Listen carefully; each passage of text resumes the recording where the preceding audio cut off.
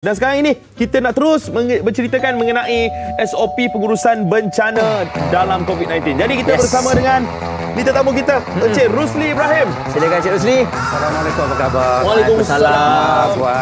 Okay. Silakan. Terima kasih. Yes. Yang merupakan timbalan pengarah Seksyen Pelaksanaan Operasi Agensi Pengurusan Bencana Negara ataupun NADMA.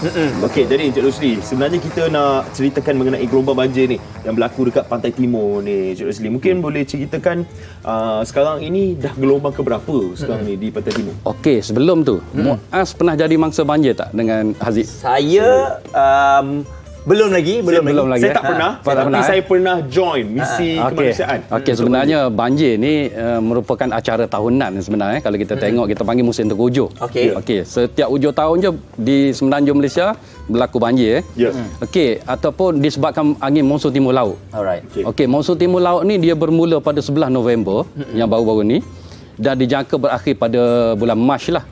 Okey, banjir di pantai timur ni bermula pada 28 hari bulan 11 hari tu 28 November, dan beberapa negeri terlibat di pantai timur lah, iaitu Kelantan, Terengganu dan Pahang. Okey, Terengganu agak besar sikit dia punya kesannya, kapasitinya. Okey, sebenarnya di Kelantan dan Pahang baru kita panggil gelombang pertama. Berbeza dengan Terengganu. Baru start. Episod pertama, episod pertama. Tetapi di Terengganu dia dah 3 gelombang. 3 gelombang maknanya dalam satu episod banjir tu dia dah 3 kali air naik. Wow. Tapi berbeza dengan tahun-tahun sebelum ni. Selalunya kita dengar Kelantan yang selalunya Kelantan, tapi tahun ni Terengganu yang agak teruk lah.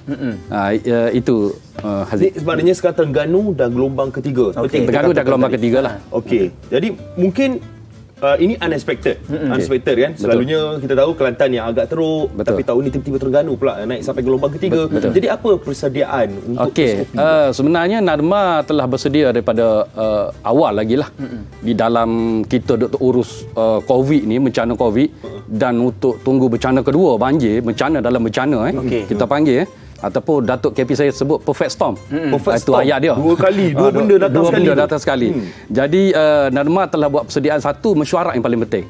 Mesyuarat koordinasi antara agensi-agensi, antara kerajaan negeri dengan kerajaan persekutuan. Kemudian kita buat NADMA juga mengenal pasti aset-aset dan semua manusia yang ada di kalangan agensi-agensi di kalangan contohnya bomber, Angkatan Pertahanan Awam, PDRM dan lain-lain agensi lah untuk membantu. Kemudian NADMA juga telah mengedarkan kit makanan permulaan kepada mangsa-mangsa banjir.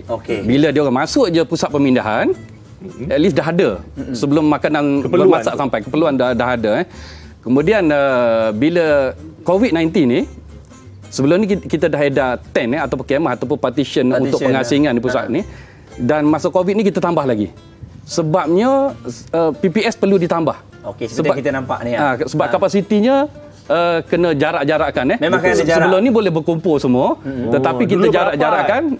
Itu sebab nak ikut SOP COVID lah tu. Okey, selain tu kita juga telah kena pasti pusat-pusat pemindahan lebih awal lah. Kalau sebelum ni ada sikit pusat pemindahan, maka kita tambahkan lagi sebab penjarakan fizikal.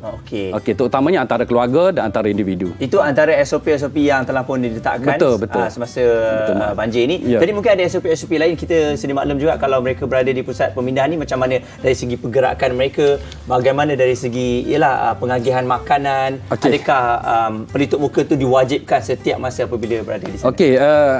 NADMA telah memberikan satu PPE, kemudian satu lagi mask. Kita bagi awal kepada ni, bila mangsa daftar je masuk, kena ada QR code. Scan QR code, kemudian mangsa dibekalkan mask. Di dalam pusat pemindahan tu wajib memakai mask. Mangsa wajib, responder pun wajib, dan pelawat yang datang pun mesti scan QR code itu, MySejahtera. Kemudian tahun ini kita mengetatkan, kita tidak membenarkan lawatan langsung ke pusat pemindahan, kecuali agensi-agensi kerajaan yang ada urusan dengan mangsa saja. Okey, jadi mungkin boleh Encik Rosli ceritakan mengenai penerimaan masyarakat pula dengan SOP baru yang telah pun ditetapkan ni, dengan cara baru macam kita tengok tadi memang agak rumit tapi kita perlu ikut. Jadi mungkin macam mana penerimaan masyarakat? Okey, saya tengok masyarakat sudah biasa sebab COVID ni kita dah melalui fasa mungkin fasa terakhir sebab masyarakat dah biasa dengan COVID ni. Bila kita bagi emas je, dia orang terima, dia orang suka. Dah tahu. Cuma bila dia orang duduk jauh-jauh di dalam pusat pemindahan itu, mereka agak tidak boleh berkomunikasi lah. Hanya ada ahli keluarga saja dan duduk di dalam partition dia orang saja. Jadi tapi apapun di pusat pemindahan itu kita dah ada makanan, kita dah ada pakar-pakar kaunseling kita jika ada masalah. Okey. Komplit lah. Komplit. Tak payah nak keluar. Tak payah. Cuma lebih selesa di rumah lah. Betul lah. Kan? Jadi cakap pasal rumah ni Muaz, mungkin Encik Rosli boleh cerita sikit macam mana dengan keadaan mangsa banjir punya rumah sekarang ini. Mungkin pasca banjir sekarang ini kan. Macam mana dengan keadaannya? Okey, keadaannya di rumah mereka ni biasalah ada yang satu kaki lumpuh bila dia orang dah balik. Ada yang sini rosak. Tetapi lepas daripada rumah ni kita minta ada NGO, kita menyarankan NGO untuk membantu membersihkan rumah mereka. Jika pejabat kerajaan kita minta agensi kerajaan membantu cuci. Masjid pun ada NGO. Jadi mangsa dibantu. Okey. Jadi saya beritahu juga ada kebarangkalian tak kalau mereka ni dah kena gelombang yang pertama boleh kena pada gelombang kedua, ketiga pada kawasan yang sama? Sebenarnya banjir ni kita panggil prone area ataupun memang kawasan berisiko tu akan kena lah. Cuma yang tak biasa ni bila dia pertama kali kena. Tapi orang dah biasa ni memang dia akan tahu adanya gelombang kedua, gelombang ketiga. Macam di Terengganu dah ada gelombang ketiga. Biasa kalau ada pengalaman tak ada masalah.